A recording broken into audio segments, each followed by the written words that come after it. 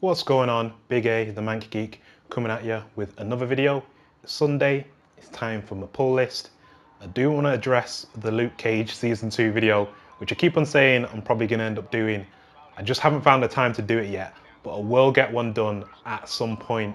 That will be coming when I find the time. I can't promise a time for it just because things with me are so busy right now that I just can't say this is when it will be, but it will happen. You'll probably see it pop up in your subscription box if YouTube let it pop up in your subscription box, because for some reason YouTube say they want small creators to grow, but yet they don't put the videos of small creators in the subscription box. So I don't know how to expect that to happen, but anyway, that will come at some point.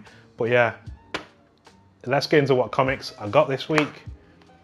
So I got Thing and Human Torch, well, the 2-in-1, and this issue is called Slow Burn, and actually is quite a slow burn, and no action.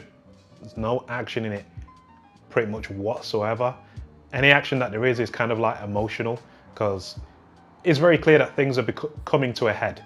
So certain things that certain characters didn't know in the beginning are being revealed, and you know, there's an emotional kind of outcome to that, and then we get something at the very end which is going to be a challenge due to the fact that, you know, Johnny and Ben don't have their powers anymore in this issue. So how they're going to tackle that thing in the next issue, we'll end up seeing. Also got Hit Girl issue 4. Wait, oh, it's issue 6, but it's part 2 of a 4-part story. Hit Girl in Canada. I don't know how to feel about it because there's not a lot of depth to Hit Girl. I mean, Mindy McCready, that's her name, right? She's just a kid that swears a lot, who's good at killing people. I don't know if that's enough anymore. Like 10 years ago or whatever, when Kick-Ass came out, that was enough. It was fun. It was kind of like, imagine Robin, an extreme Robin. That's Hit Girl. But now it's like, is there anything more to that? And I'm not sure there is. I mean, I'm kind of liking the story, but I don't enjoy it more than the last one. I think the last like 4 issues that they did, the previous story, the 4-issue story, I liked the art a lot, and I think the art carried it a lot for me. Like, it was very over the top, and because obviously the character's over the top, I felt it matched. Whereas this, because the art isn't that over the top style, kind of like almost anime inspired art, it's not having the same effect on me that the previous run did when it came back. The Terrifics, I enjoyed the Terrifics a lot. I mean, they're doing this really cool stuff where there's not loads of panels for the sake of having loads of panels.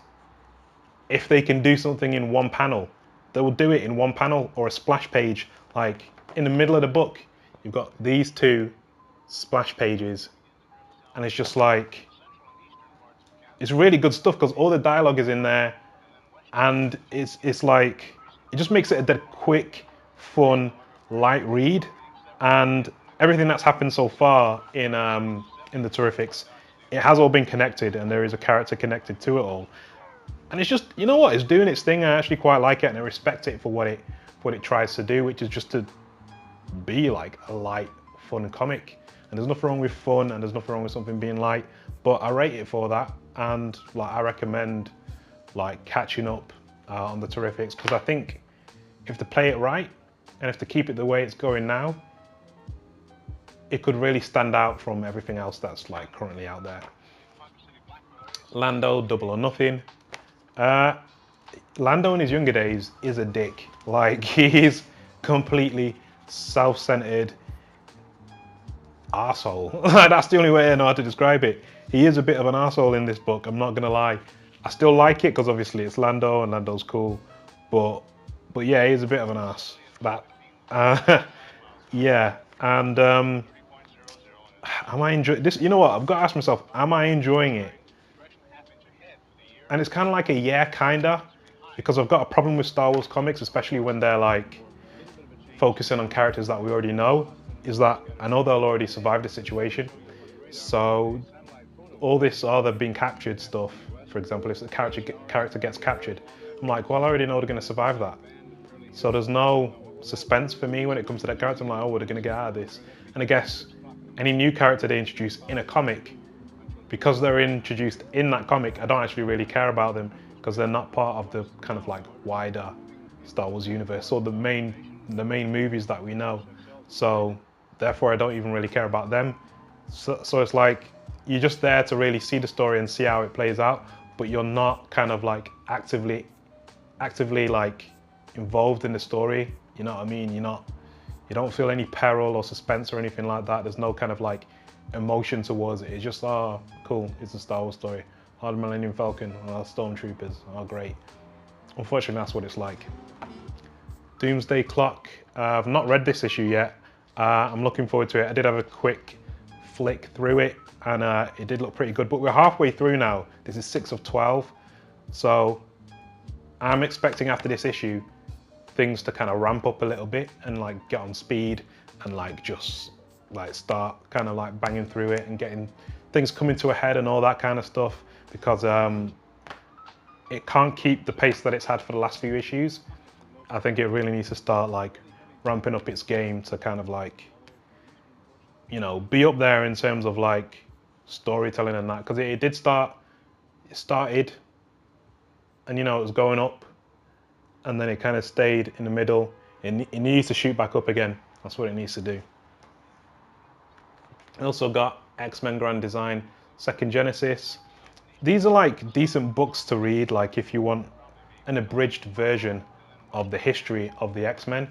And you know, I got mad respect for it because of that, and it's something totally different, and it's something that stands out a lot from Marvel just because it's like paying homage or paying respect to kind of what came before. And that's what this is all about, pay respect to what came before. And I think that's kind of like an important thing for comics, in my opinion anyway. I'm not a comic creator or anything, but I think if you're like taking on a title, and I'm saying this just in general, like be respectful of what that thing is and don't try and turn it into something it's not, and just be real about it, innit? Be inspired by what came before. But yeah, that's how I feel anyway. So yeah, we got Thing and Human Torch, Hit Girl, the Terrifics, Lando Double or Nothing, Doomsday Clock, and X-Men Grand Design Second Genesis. Let me know as to whether you got any of the same comics that I did, as to whether you liked or disliked them. Stick around and watch another video if you want. Like, comment, subscribe, hit the bell notification so my videos end up in your sub box, because otherwise YouTube won't put them in there because, I don't know, they hate me or something. And as always, I'll catch you in the next one.